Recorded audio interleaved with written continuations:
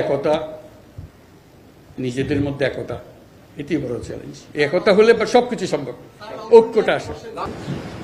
বিদেশি আক্রমণকারী না, আমরাই আমরা গলাগলি করে বাঁচতে চাই, মারামারি করে না। সেই জিনিসটা সবার জানান দেওয়া, আপনারা এটাকে উৎসাহিত করেন যে আমরা এক হই, যে যার মত আছে, যেভাবে আছে। ভাই বোন কত রকমের ঝগড়া হয়, ভাই বোনের সম্পর্ক নষ্ট হয় না, কেন হবে?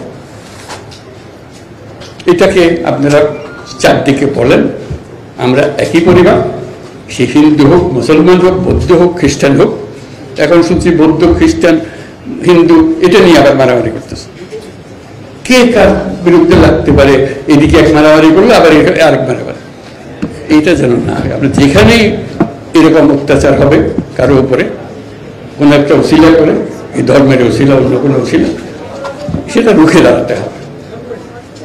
যা হয়ে গেছে সেটার থেকে আমরা মুক্ত হতে চাই, আমাদের পরিষ্কার করে ফেলতে চাই। আমরা পুনর্জন্ম লাভ করতে চাই, নিষ্পাপ জন্ম লাভ করতে চাই, গলাগলি করে বাঁচতে চাই আমরা।